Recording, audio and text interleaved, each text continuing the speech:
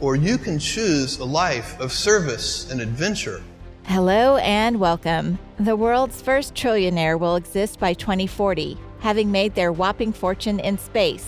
Two of the world's richest men are in a rivalry. Not only is each one hoping to be the first to enter the new age of space travel, but to see which one will become the first trillionaire. Currently, Elon Musk is worth a bit over $200 billion. He's the richest person in the world. If you try hard and it doesn't work out, that's okay.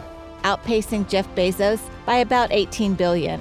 Elon's net worth is $170 billion higher today than it was 1 year ago. 2 years ago, the entire market cap of Tesla was just $53 billion. At that point, Elon was worth around $25 billion.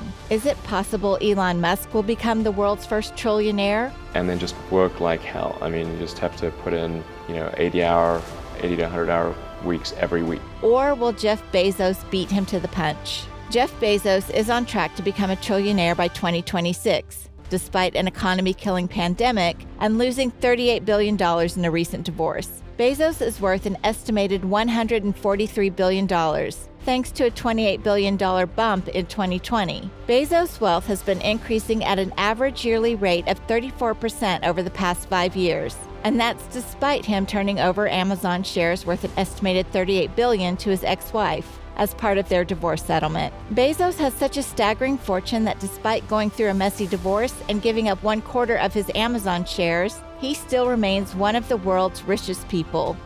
Whereas customers are always unsatisfied, they're always discontent. Musk has said he has little interest in material things and has few assets outside his stakes in Tesla and SpaceX.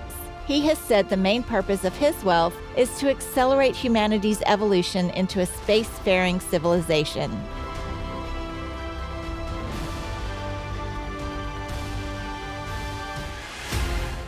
When we started SpaceX and Tesla, I really thought the probability of success was very low. It wasn't like I think, we'll definitely be successful. I thought we'd be like maybe 10% likely. And we came very close to both companies not succeeding in 2008.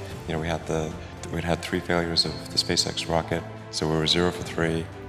We had crazy financial recession, like the Great Recession. Tesla financing round had fallen apart because it's pretty hard to raise money for a startup car company if GM and Chrysler are going bankrupt. Unfortunately, at the end of 2008, the fourth launch, that was the last launch we had money for, worked for SpaceX, and then we closed the Tesla financing round, as you know, Christmas Eve 2008, last hour of the last day that it was possible.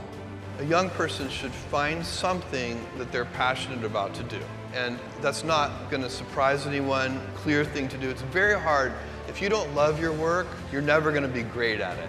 The other thing I would suggest to any young person, even before they start their career, you can get very fixed on your gifts. So everybody has gifts. You have gifts and you have things that you didn't get gifted. Maybe you're extremely beautiful. Maybe you're extremely good at mathematics. There are a lot of things that you can be given. But those things can confuse you because they're not the things that construct your life. It's your choices that construct your life, not your gifts. You can celebrate your gifts. Be proud of them. Be happy of them. Actually, don't be proud of them because they're gifts. They were given to you. You didn't earn them. You can only be proud of the things you earn. And so I thought that's who I was, but it's not true. Those are the things that are gifts. What was hard for me is deciding to work hard. I think it's also important to reason from first principles rather than by analogy. So the normal way that we conduct our lives is we reason by analogy. We're doing this because it's like something else that was done, or it's like what other people are doing. It's kind of mentally easier to reason by analogy rather than from first principles. But first principles is kind of a physics way of looking at the world.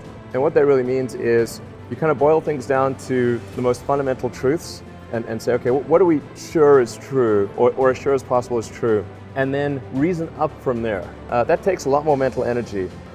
Somebody could say, in fact people do, that battery packs are really expensive and that's just the way they'll always be because that's the way they've been in the past. No, that's pretty dumb, because if you applied that reasoning to anything new, you wouldn't be able to ever get to that new thing. You can choose a life of ease and comfort, or you can choose a life of service and adventure.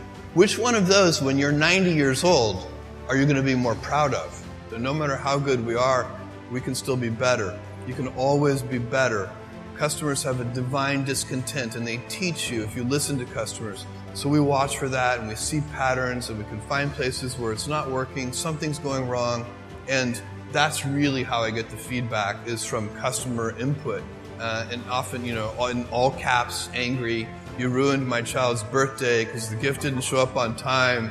And we take that, and what you really want to do is you take that, it's an anecdote, it's a single example, but you need to find the root cause. What went wrong deep inside the system? How did this happen? Because then you can fix it for everyone, so that particular problem will never happen again. You don't just fix the symptom, you have to fix the root cause. And that's been the secret to our operational success for 20 years.